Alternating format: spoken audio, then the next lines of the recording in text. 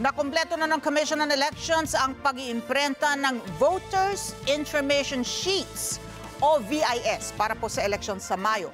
Ayon sa COMELEC, mahigit sa 68 milyon na po ang naimprenta ng National Printing Office na katumbas ng bilang ng mga rehistradong Pinoy para sa mga lokal na halalan.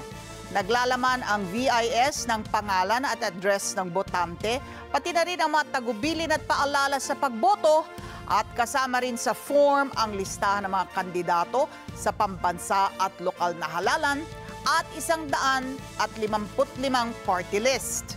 Target ng COMELEC na simula ng pamamahagi ng mga VIS sa Abril. Sinabi ni Garcia na bumuo na rin ang COMELEC ng isang task force para naman sa pamamahagi upang maiwasan ang pagiging politicized nito.